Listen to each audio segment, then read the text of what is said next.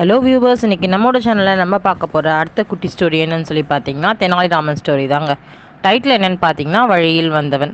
இந்த கதையில் நம்ம என்னெல்லாம் பார்க்க போகிறோம், யாரெல்லாம் பார்க்க போகிறோம் அப்படின்னு சொல்லி பார்த்தீங்கன்னா தெனாலிராமன், அரசர், அதுக்கப்புறம் சன்னியாசிங்க. ஸ்டோரியை பார்க்கலாமா? இப்போ அந்த நகரத்து மக்கள் எல்லாருமே பார்த்தீங்கன்னா ரொம்பவே பயந்து போயிருந்தாங்க. தெருவில் யாரோ ஒரு சன்னியாசி மாதிரி வந்தா போதும் உடனே எல்லாரும் பட்டன கதவை சாத்திக்கிட்டாங்க. சன்னியாசி என்பவர் வரவேற்கத்தக்கவர் தான். ஆனால் ஏன் இப்படி நடந்துக்கிட்டாங்கன்னு சொல்லி தான் யாருக்குமே தெரியல.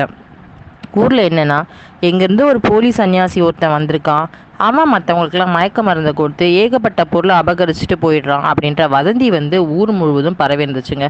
அதன் பிறகு கேட்கணுமா, அதனால தாங்க எல்லாருக்குமே தெருவில் ரொம்ப பயப்பட்டாங்க. அரசனுக்கும் அந்த செய்தி காதுக்கு போச்சு. அரசர் என்ன பண்ணாருன்னா உடனே ஒற்றர்களை அனுப்பி அதை செக் பண்ணவும் சொல்லியிருந்தாருங்க. அப்படி யாராவது சன்னியாசி கிடைச்சாங்க அப்படின்னா அவங்கள பிடிச்சிட்டு வரவும் உத்தரவு போட்டிருந்தாரு.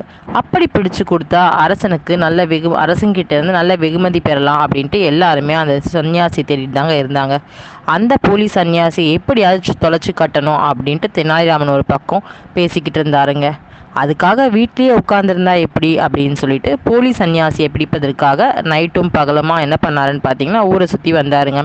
ஒருவேளை பக்கத்து காட்டில் கூட ஒளிஞ்சிட்டு இருக்கலாம் அப்படின்னு சந்தேகப்பட்டு ஒரு நாள் காட்டுக்குள்ளே தேடி போனார்.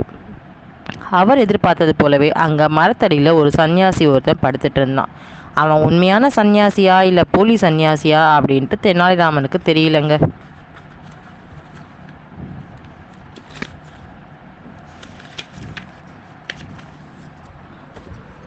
இருந்தாலும் தான் மனசுக்குள்ள சந்தேகத்தை வெளிக்காட்டி கொள்ளாம அந்த சன்னியாசியோட பக்தனாவே பழகினார் தெனாலிராமன். அந்த சன்னியாசி சொன்ன சின்ன சின்ன வேலையெல்லாம் செஞ்சு அவனோட நம்பிக்கையை பெற்றுக்கிட்டாரு தெனாலிராமன்க. அவன்கிட்ட நல்லா பழகி அவன் போலி சன்னியாசி தான் தீர்மானிச்சதுக்கு அப்புறமா தான் தெனாலிராமனுக்கு அவரை தீர்த்து கட்டணும் அப்படின்ட்டு ஒரு ஐடியா வந்ததுங்க. ஒரு நாள் இந்த மாளிகையில் இருக்க செல்வந்தரை நீங்கள் நேரில் ஆசீர்வதிச்சா நல்லா இருக்கும் அப்படின்னு சொல்லிட்டு அந்த போலி சன்னியாசியை கூப்பிட்டுட்டு போனாருங்க ஒரு மாளிகைக்கு. அங்கே ரொம்ப நாட்களாக வெறி பிடிச்சிருந்த ஒருத்தனை ஒரு அறையில் போட்டு பூட்டி வச்சுருந்தாங்க. அந்த அறையை திறந்து உள்ளே விட்டாங்க சன்னியாசியை. அவன், வாப்பா, என்னை விட்டு எப்படி பிரிஞ்ச, உன்னை எங்கெங்க நான் தேடினேன்னு தெரியுமா, இப்படி சன்னியாசி கோலத்தில் நிற்கிறியே அப்படின்னு பேசி அந்த வெறியை சன்னியாசியோட கழுத்தை டைட்டாக பிடிச்சி தலையை அரை சுவரில் நசுக்குன்னு 4 நெற்றியில் இடிச்சாருங்க. அவ்வளவுதான், அந்த போலி சன்னியாசி மண்டை உடஞ்சி போய் இறந்தே போயிட்டாருங்க. தெனாலிராமன் அதை தாங்க எதிர்பார்த்தாரு. ஆனால் அப்படி நடந்தது வியப்போ வருத்தமோ அவருக்கு வரலங்க. எப்படியோ இந்த செய்தி அரசனோட காதுக்கு போயிடுச்சு. உடனே அரசர் என்ன பண்ணார்னா தெனாலிராமனை வர சொல்லி விசாரிச்சாருங்க. அரசர்கிட்ட இருந்து நல்ல சன்மானம் பெறலாம் அப்படின்னு நினச்சிக்கிட்டு தெனாலிராமனும் அந்த போலி சன்னியாசி இருந்ததற்கு தான் காரணம் அப்படின்னு ஒப்புக்கிட்டு தெனாலிராமன் அரசரை பார்த்தாருங்க. அதை கேட்ட அரசன் ரொம்பவே கோவப்பட்டாரு. அது எப்படி சட்டத்தை நீயே கையாளலாம், அரச சபை தான் இருக்குல்ல, தீர விசாரிச்சு தான் அவனுக்கு மரண தண்டனை கொடுத்துருக்கணும் அப்படின்னு சொல்லிட்டு ரொம்பவே கோவப்பட்டார். சரி, ஏதோ மறுத்து பேசலான்னு வாய் எடுத்தார் தெனாலிராமன். அரசருக்கு கோபம் பயங்கரமாக வந்துருச்சு. உடனே தெனாலிராமன் தலையை யானையை விட்டு நசுக்கிறபடி உத்தரவிட்டார் மன்னருங்க. உடனே ஐயையோ அப்படின்னு கையை பிசைஞ்சுக்கிட்டு தெனாலிராமன் நின்னார். அதற்குள்ள அரண்மனையில் இருக்க கொலையாளிகள் 2 பேர் அவனை பிடிச்சிக்கிட்டாங்க. ஊரை தாண்டி ஒரு தனி இடத்துக்கும் கூப்பிட்டு போயிட்டாங்க. பெரிய பள்ளம் தோண்டி அவனை கழுத்து வரைக்கும் அதில் புதைச்சி மண்ணை போட்டு பள்ளத்தை சமப்படுத்தினாங்க. பிறகு அவரோட தலையை உடைத்து சாகடிக்க யானையை கொண்டு வர போனாங்க. இந்த கேப்பில் என்ன ஆச்சுன்னு சொல்லி பார்த்தீங்கன்னா உடல் மட்டும் புதைக்கப்பட்டு வெளியே தலையை மாத்திரம் நீட்டி கொண்டிருந்தார் தெனாலிராமன். இன்னும் சிறிது நேரத்தில் நம்ம சாக போகிறோமே, அதனால மகாகாலியை தொழுவோம் அப்படின்னு சொல்லிட்டு தொழுதுட்டு இருக்கப்பதான் கொஞ்ச தூரத்தில் கூன் வளைஞ்ச ஒருத்தன் வந்துட்டு இருக்கிறது அவருக்கு தெரிஞ்சது. அவனை பார்த்ததும் சரியான யோசனை ஒன்று தெனாலிராமனுக்கு தோணுச்சு. ஐயா பெரியவரே, இங்கே கொஞ்சம் வந்துட்டு தான் போங்களேன் அப்படின்னு சொல்லி கூப்பிட்டாரு. இது என்னடா இது, பூமியில் முளைச்ச புது மனுஷன் ஆயிருக்கானே அப்படின்னு நினச்சிக்கிட்டே அந்த கூனனும் கிட்ட வந்தார். எவ்வளோ நாளாக உனக்கு இப்படி கூன் வளைஞ்சிருக்குன்னு கேட்டார் தெனாலிராமன். அதையும் கேட்குறீங்க போங்க, ரொம்ப வருஷமாக இந்த நிலையில தான் நான் இருக்கேன், ஆனால் என்ன செய்வதுன்னு சொல்லிட்டு பெருமூச்சு விட்டார். உன்னை விட எனக்கு 2 மடங்கு கூன் தெரியுமா, வெளியில் தெருவில் நடக்க கூட எனக்கு கஷ்டமாக இருந்தது அப்படின்னு ஆரம்பித்தார் தெனாலிராமன்.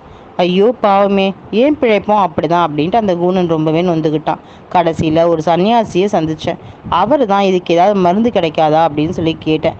அவர் தான் இதை சொல்லி கொடுத்தாரு. எனக்கும் அதை கொஞ்சம் சொல்லுங்களேன் அப்படின்னு சொல்லிட்டு கெஞ்சினா அந்த கூனன். சொல்கிறேன், அதுக்கு தான் உன்னை அழைச்சேன். இது மாதிரி கழுத்து வரைக்கும் புதைக்கப்பட்டு 4.75 நிமிஷம் கண்களை மூடி அப்படியே இந்த புதைக்குழிக்குள்ளே இருந்த அப்படின்னா உன்னோட கூன் சரியாகிடும் அப்படின்னு தெனாலிராமன் சொன்னாருங்க.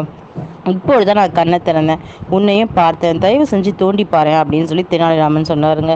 அதை கேட்டு அவனும் அவசர அவசரமாக மண்ணை பறித்து தெனாலிராமனை வெளியில் எடுத்துட்டார். என்ன ஆச்சரியம், தெனாலிராமனுக்கு இந்த கூன் எல்லாம் சரியாக போயிடுச்சு, நல்லா நிமிர்ந்து நிற்கல அப்படின்னு சொல்லி கேட்டார். தெனாலிராமன் முதுகையும் தடவி தடவி பார்த்தான் அந்த கூனை. சன்னியாசி சொன்னது போல சரியாகிவிட்டதே அப்படின்ட்டு ஆச்சரியப்பட்டான். இதோ முதுக நீயே தடவி பார்த்து கொள்ளல, உனக்கு திருப்தி ஏற்பட்டுச்சா அப்படின்னு தெனாலிராமன் கேட்டார்.